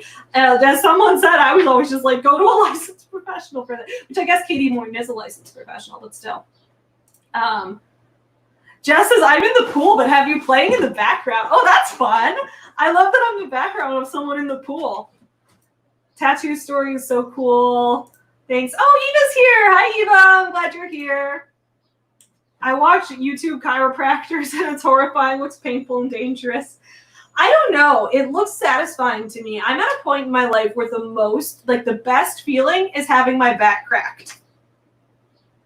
I don't know. Or like leaning forward and cracking my shoulder blades. Like, oh man, I love that. Great paw tattoo. Thank you. I'm like paranoid that like I like showed too much of my leg or something. I'm gonna get flagged. I don't know. I hope it was okay. But I was like, I don't wear shorts in public that often. Just because it's normally cold in Chicago, but I don't get to show off my paw print tattoo that much. I want to show you guys. Jess says, wait, I used to work at a weight loss clinic and they would inject people with growth hormone? That's wild. I need to do more research into this because it sounds dangerous, but I also haven't done enough research to really say what is and isn't, but that's wild. Heather also has scoliosis. Oh my goodness. Okay, I love that like people, I feel like the internet's so amazing because like I'm just finding all these people who are like, I have scoliosis too. I have OCD too. Like I'm just meeting all these people with all these similarities to me when like in my everyday life, there's like no one. And that's why I love the internet, y'all. Oh, the clinic got shut down. Human growth hormone is still, this is why I gotta talk slower. Human growth hormone is still dangerous. There is a community for everything on YouTube. Oh my God, you're right. Chiropractor videos are like women cleaning the house almost nude in YouTube. It's interesting. Don't hate the player, hate the game. Yeah. And I didn't realize it was meant to be sexual. I don't know why. I'm just like so oblivious, I guess. I didn't realize that that's what it was until someone pointed it out. And I was like, oh, yeah, the signs were all here. Jess says, yes. Yeah, so Jess is, if you want skincare or makeup advice, go to Jess MUA, guys. She has a YouTube channel as well. Go to her because she is a licensed esthetician. She went to school for this. She has a degree in this. So, like, if someone's like, I want to sell you my Mary Kay or my Unique or my Rodon & Fields products, and you're like, I don't want to buy skincare products from someone who isn't a licensed professional, you don't want to do that. Go talk to Jess. She knows what's actually good for your skin. I get my back cracked. I feel so much better afterward. Yeah. Doll says I have big painful boobs too. That's me, guys. That's me. I mean, that was my video that first. Well, my video that really first launched my channel was my Girl Wash Your Face review, but I hit 40 subs from my boob video, but that was a big deal back then. Jess says, please take skincare advice from a licensed esthetician or dermatologist and not the Rodon & Fields dermatologist. Well, I guess not. Yeah, I guess the Rodon & Fields creators were the dermatologists who created Proactive. And that's kind of their thing that makes them credible. But the fact is, they made a skincare product, and then they went on to make a product that they were then having their unlicensed salespeople sell without full medical background information. I find that really shady. I don't like that. I used to do so much bad things to my skin because of YouTube when I was younger. Yeah, I guess I've never done any skincare. Like, I don't know anything about it. I learned how to, I first bought makeup when I was 25 so that I could do cosplay. So I've just never been a person that does anything to my skin. I also have really bad skin because I have really bad eczema. So usually what I've put on my skin has been prescribed by a dermatologist. Monica says, I bought from Jess MUA and I love the products and her expertise. Awesome. If I ever decide, maybe I will do skincare, because here's the thing. Grad school was aging me. That's accurate. Like, for most of my life, people would be like, whoa, what are you, 12? And I'd be like, no, I'm 24. What? But after I got out of grad school, I'm pushing 30 and I look like it. So maybe I need to use the skincare products. All right. Oh, this is great. I love that people are like connecting in my comment section. Let me say, here's what I love. I love that, like, because sometimes I worry that my channel is so chaotic because I'm like part of like a million different communities on YouTube. I originally was like, I'm going to be a booktube channel, but then I was like, actually, I want to be an AuthorTube channel. And then I was like, actually, I want to be an anti-MLM channel. Actually, I want to be a business scammer expose channel. And then I was like, I'll just be all of them at once, because as a small business owner who writes books, those things are all connected in my mind. And I'm like, I hope it's connected for my audience and doesn't confuse people. But yeah, my channel is many things. And I love when like people from like my business scammer viewers and people from my like author video viewers meet each other and like become friends and collab and shit. Like, that's the most exciting thing for me. It's like, dude, people networked at my wedding. That's a story I love to tell people. So my boss was at my wedding, and one of my friends from college met my boss at my wedding and networked with her and like got a job. So I was like, people networking at my wedding. My wedding got my friend a job. Like, y'all, I'm for that, networking all the time. Del E says, probably should have said hi. I've been watching you for a really long time. Thank you so much. Thank you. What did you go to grad school for? Also, no, you don't look like you're pushing 30. Well, thank you. I went to grad school I got a master's in writing and publishing. I've done a video on grad school. I actually went for free. So this was a wild story. I actually tell this in my business book too. I have a whole chapter on this. So when, back in 2017, I applied to grad school for writing and publishing, and I applied for an assistantship program where the tuition would be totally waived if I worked as a writing tutor. So I applied for that program. And then I heard back that all the spots in that program would be filled. I heard back that I'd gotten into the program, but the spots to get your tuition waived were all filled. So I would have to pay for school. And I was like, I'm not doing that. So I just kind of didn't respond to them and just assumed I wasn't going to school. And so I started Forever Home Friends. I was getting my business off the ground. I planned my wedding. And then the day my books released, August 11, 2017, the day my books released, this was 6 weeks before my wedding. I get an email from the school saying, actually, a spot opened up. Do you want to go to school for free starting a month from today? And I was like, yeah. You never turn down a free education, guys. So September 2017, I had just started a small business. I just started going to grad school, and I got married. It was the wildest month of my life. I was working like 100-hour weeks. It was nuts. So that's what I went to grad school for, writing and publishing. It was excellent. While I was in grad school, so I was technically an English major. I was technically in the English department. I took classes about book promotion, publicity, classes about editing, copy editing, the publication process, that kind of thing. I took classes about novel writing.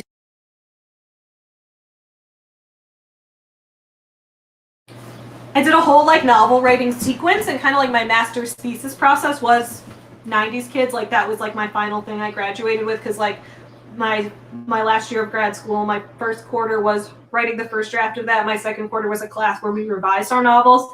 And then the third quarter was an independent study I did with the professor where the novel got completed and finalized, even though I'm still doing a few more revisions to it. But anyway, so that's what grad school was like. And while I was there as a student, you can kind of just use any resources the school has. So I would use business school resources. I wasn't going to get to go to business school for free. I was able to go as an English major for free.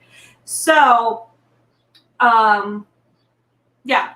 So I took advantage of all the free business resources I could. I'd go to their business resource center. They had business coaching. They had an entrepreneurship center with business coaching sessions you could sign up for. So I would get business coaches from business school professionals and things like that, all for free. Like, this was the best thing I could have done. So guys, look for any options out there to not pay for school. Heather says, anyone here doing nano and put their word counts in the site? I can't get to where you're doing. Yeah, okay. Here's the thing. I never use the NaNoWriMo website because it never works. It always glitches out on me and it never loads my project. And so I just don't use it. If I do NaNoWriMo, I just make videos logging it and talk to people about it and never register it with the official organization. Although I do have a NaNoWriMo mug, which is cool because in 2019, I was approached by someone from NaNoWriMo who was like, hey, do you want to make, like, I know you're an AuthorTuber, do you want to make a video about your NaNoWriMo process for the NaNoWriMo YouTube channel? We can't pay you, but we can send you a free mug. And I was like, I want a NaNoWriMo mug. So I made a video about my NaNoWriMo process and they sent me a mug. It was really fun. Here we go. That was actually the time I failed NaNoWriMo though, so I feel bad that I gave people advice.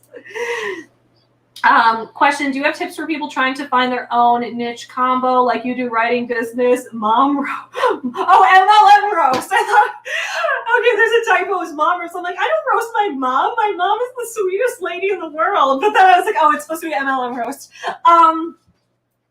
Tips for people trying to find their own niche combo. Yeah, I think it's just kind of like if people came to me and talked to me about the things like, Doll, I feel like you're already having a niche combo. Like you, first of all, you're a partially blind alien from a distant galaxy. You're the ace from space.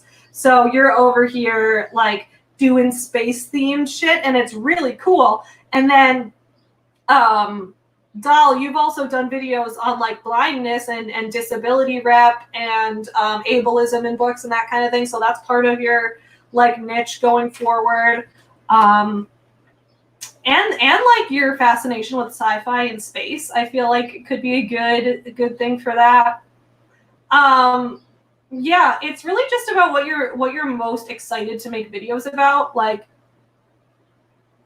I get most excited to make videos analyzing business gurus, reviewing books, and documenting my writing and small business ownership process. So that's what I'm. So like, find the things that you're most passionate about and find a way to connect them.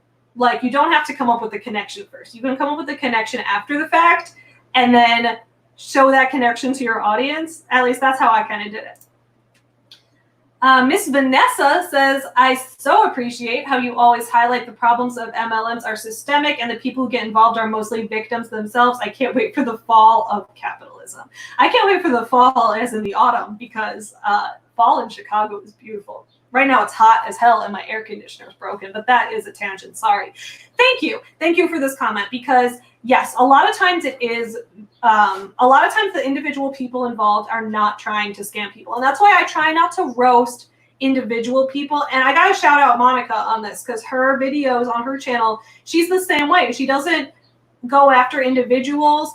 And like, for the most part, unless someone is doing something predatory or like racist or like they're the one who's victimizing other people, other than if they're like being awful like that, I will blur their face or their username because most of the time these people are just doing what their upline told them to do. And a lot of times like it's a cult almost kind of thing where you're emotionally manipulated into it. So I want to help people get out of MLMs. And I've had people reach out to me who are in the process of getting out of an MLM or who are have just gotten out of one, and they will DM me and be like, your videos really helped me have the confidence to get out of it because I didn't feel villainized and that kind of thing. And that means like the world to me. So I think the anti-MLM movement needs to be about exposing the shady practices and helping people get out of these companies and get a different kind of job or start their own business or find the right solution for them.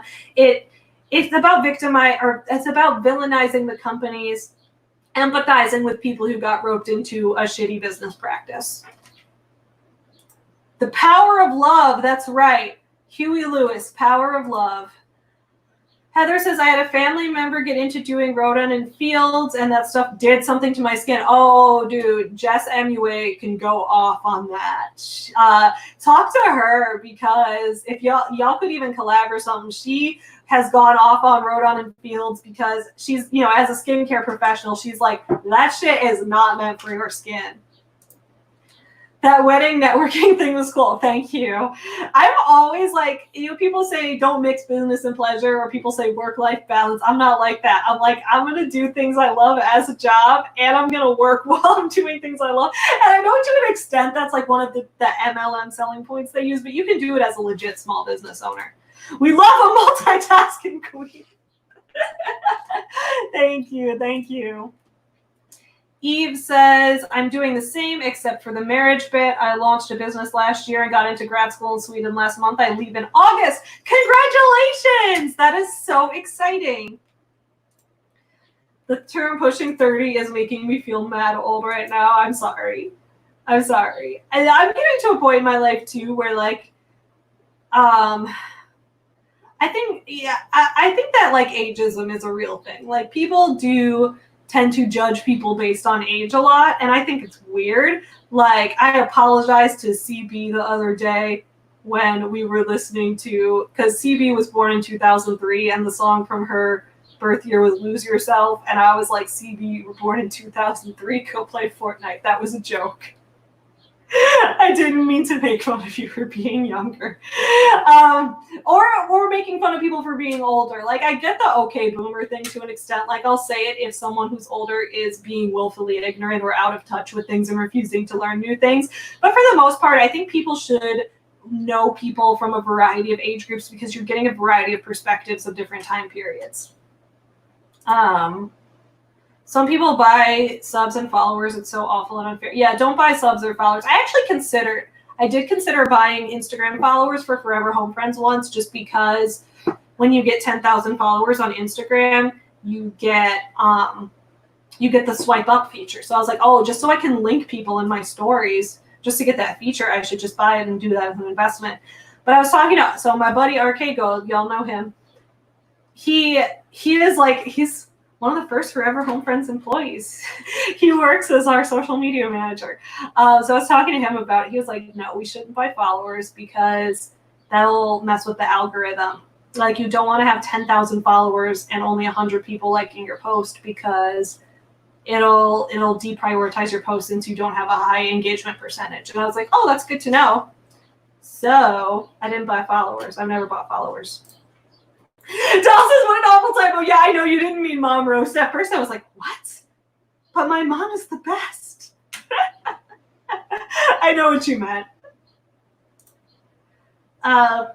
Argyle Dinosaur says, your mom is really the sweetest lady ever. Whenever I see a notification from her on Twitter, I have a heart attack. Like, oh no, I'm going to disappoint Sammy's mom one day.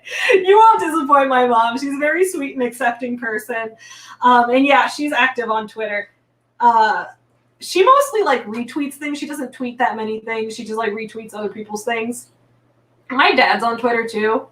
My dad, I love my dad. I'm gonna go give him Father's Day gifts later today. But just as a quick friendly little roast, my dad is kind of the okay boomer stereotype on Twitter. He's like, I'm a father. I'm a sports fan. I love the American flag, and I love our firefighters. It's cute. It's cute in a boomer dad kind of way. I love you, Dad. Jess went undercover as a consultant. Yeah, Jess did a video on this. Watch her video. Heather says, pushing 30, I'm pushing 50. Heather, you don't look it. You look young for your age. So does my mom, though. My mom, if you guys look at a picture of her on Twitter,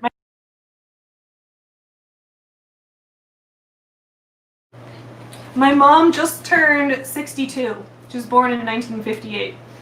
And that's wild to me, because I look at her, I'm like, Mom, you look maybe 40. So maybe I will age really well from good genetics. I don't know. We'll see. Monica says, oh, thanks, Savvy. I don't feel comfortable with people not blurring faces. I mean, some of them, like Marnie, deserve it, but everyday stay-at-home moms don't deserve that. I agree. So, like, yeah, when I did the video about unique and racism, I didn't blur Marnie's face. I didn't blur the faces of anyone doing blackface or anyone like Marnie who's, like, out there saying the N-word and making, like, racist comments about people on Twitter, because like you're intentionally putting horrible, like mean things to other people out there in the world. But yeah, if all you're doing is saying like, hey, buy my product, buy my thing, like to an extent, I can empathize more. I hope that makes sense. Oh, Cam is here, guys. This is Cam. She and I did the collab on Rachel Hollis and Shane Dawson together, which is coming out next Friday. So Cam is a former Rachel Hollis fan. I'm a former Shane Dawson fan, and we talked about how they both used their curated imperfection to bamboozle us. But yeah, Cam says, girl, you're such a hard worker. Excited I caught you live. Thank you so much. I'm so glad you're here. I'm so glad we just filmed our collab. We collabed yesterday, and this is when I collab with Monica. This happens too. I've noticed when I collab with people, we end up talking on Zoom for like 4 hours. Like I start a Zoom call being like, all right, I'll do a quick Zoom call, then I'll do this other thing. And no, we end up talking all day because I just get so excited and to talk to everyone. I have a friend who just joined Thrive, and I don't know what to tell her. It's a caffeine MLM, I think. Yeah, isn't Thrive? Isn't that the one where you put like they give you a patch to put on your arm that like is supposed to infuse caffeine into you? That sounds dangerous. I don't know much about it, but it sounds dangerous. Jess says my service is going in and out. I mean, well, I'm so glad that like I'm your pool listening music. Doll says, Savvy is hardworking, passionate, and very smart. I've said this before in one of my videos. Be like Savvy. Oh my God, Doll. No, be like Doll. Doll is very awesome and confident and has like a whole unique aesthetic and is very like powerful in her art. Be like Doll. Yeah, everyone should watch Monica's video on Thrive. Oh, I don't think I might have not seen that one. Did Monica do, was that one of her true crime videos that like a consultant's husband murdered someone? Check out Monica's channel because if you like true crime, so her niche like intersection is true crime and anti-MLM. So like there's so many cases where like this Amway distributor murdered a bunch of people or something. Like it's wild. So if you want to hear about serial killers who also sell pyramid scheme products, check out Monica. Let's see. Yeah, one of the true crime videos. Monica says it's really old but has a pink background in the thumbnail. Doll says ageism is a thing. I'm so glad you wrote Daisy as the main character. She's my favorite fictional grandma. Wait, Daisy will say hi. I've got Daisy right here. This is Daisy from One Final Vinyl. I did a video about my process of making this doll. So she is, if you didn't see the video that I did about making this, she is an American Girl doll that I got in the late 90s. And I did a video about how I took, this is the first time I used a legit American Girl doll for a modification, because normally I went and got a knockoff because American Girl dolls are expensive and I didn't want to mess one up. But I was like, Daisy is my favorite character I've ever written and she deserves respect. So she's getting a real ass American Girl doll. So I used this doll that I had as a kid, and I used non-acetone nail polish remover to break down the glue that was holding on her original hair. And I took it off and I bought this wig on Etsy, which was originally blonde. It's almost impossible to find gray hair for a doll. It's like, they don't think people are making elderly dolls. So anyway, I found this hair that was blonde and then I spray painted it with like this metallic silver. And then I used white pastels to highlight it to make it lighter. And then I used pastels to add wrinkles to her complexion, and then I found this outfit for her. So this is Daisy, everyone, from One Final Vinyl. She's my 90-year-old American Girl doll.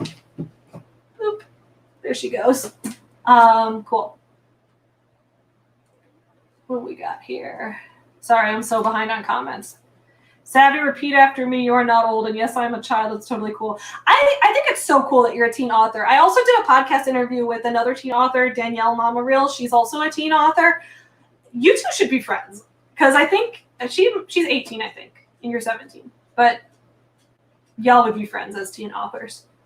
I was a teen author too. So like starting young and growing that passion, I am so into that. I love it. I love it. Oh, Savvy don't wear. Oh, do you mean FHF? I think so. Yeah. Oh, Did I not send you the link? Oh, sorry. Yeah, so I'm starting affiliate marketing for Forever Home Friends. Actually, this Monday, I'm putting out a video this Monday that has a link that you can click to register for it. So anyone who's interested and wants to be an affiliate and be like, if you get Forever Home Friends product, I get 10% commission, link in bio, that kind of thing. Yeah. Doll also follows my mom on Twitter. That's awesome. My mom is sweet. Argyle Dinosaur, one of my favorite threads I've had on Twitter was about historical relativity and how I have friends that were alive and cognizant for Chernobyl, but I can barely remember the 9/11 attacks. That's interesting. So Tyler's birthday's on 9/11 actually. So every year, like that's always been weird. But like I remember 9/11 pretty well. I was in 3rd grade and yeah, I just remember going home from school early and not understanding why. But I feel like I can remember a lot of events, but I used to have a really good memory. I think that's one of the things. I think my medication has made my memory not as good as it used to be. But I used to have like a photographic memory. So I remember a lot of things from childhood, like too much almost.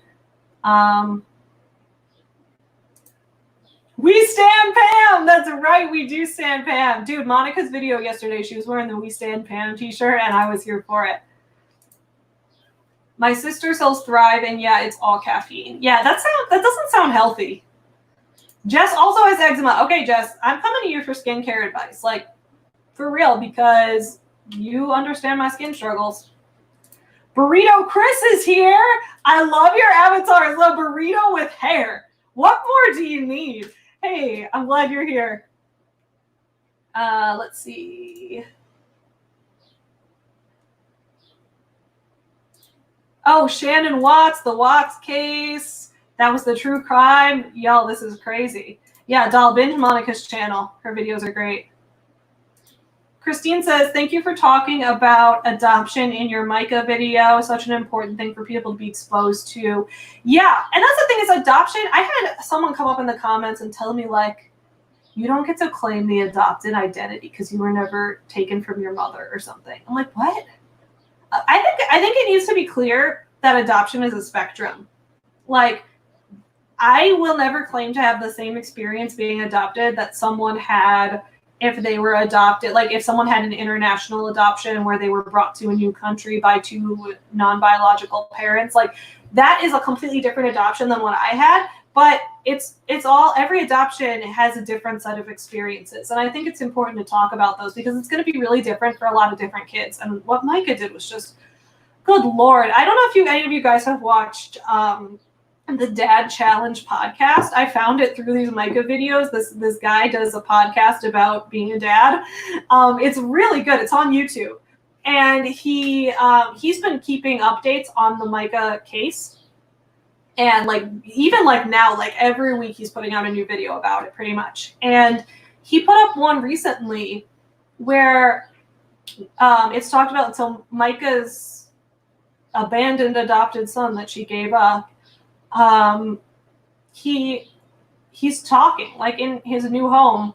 They went to visit him and he can talk. Like he wasn't nonverbal. Micah was just that shit of a parent. So it's like,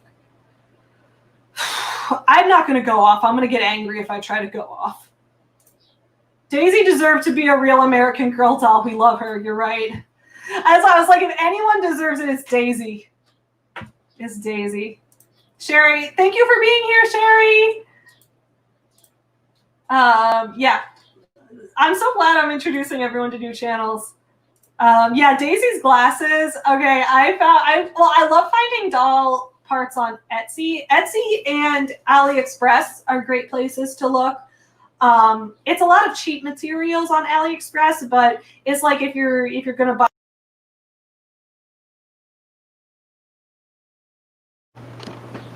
But for like quality parts for dolls, I look on Etsy. I'll find like I was looking for individual pink doll glasses, and I was looking for wigs if you want to switch out doll hair. Etsy is the place to go. All right, guys, I'm going to go through the last couple comments. Unfortunately, I'm going to have to get going in the next couple minutes because my mom is almost here, And we are going to put Chuy in the car and take him over to my parents' house to go play with Wrigley because they just got a yard. I promise, I hope you all follow me on Instagram because I will be putting up pictures of Chuy and Wrigley playing together, and I will make sure to put in the Instagram story and stuff. So we got to make sure that's happening. But first, I want to get through the rest of the comments here. So let's see. I'll try to keep everything concise. I know I talk too much. Thank you. Thank you. Let's see. The affiliate link thing. Yes. Yes. So Monday, guys, be on the lookout for Monday's video. It's going to be an affiliate. It's a video about affiliate marketing and what it is and how it's different from MLM. And it also will have a link in the description to how to register to be a Forever Home Friends affiliate. I would love that. Thank you so much. I really appreciate it. Heather says, I was a teen author as well. I just didn't finish the book I started in high school. It's pretty terrible. I have an old video on my channel of when I was in 8th grade. I decided to write a fantasy novel about a gay leprechaun romance. It's really bad. Like, it's like so cringy, and I've done dramatic readings of it. Like, if you go way back on my channel to like when I had the huge hair, like that's when I did it. I like burritos too, Chris. Doll is adopted too. Doll, we have so much in common. Adoption is a spectrum. My adopted parents don't own me on paper, but they are my parents. Yeah, it's a spectrum. Yeah, it really is. Yes, I watch all his videos on Micah. I'm on the Cancel the Stoffers group. I have to join that group. Yeah, but I highly recommend, Doll watches it. I highly recommend Dad Challenge Podcast. He's done such great videos on Micah. Argyle Dinosaur says, I work with autistic kids, so I'm very angry with the Stoffer story. Those people can eat a bag of dicks. Yeah, the Stoffers, Micah and James, they are the worst. Dell says, thank you for your stream. Congrats on 5K and OMG. I want to see those Wrigley Chuy pictures. Yeah.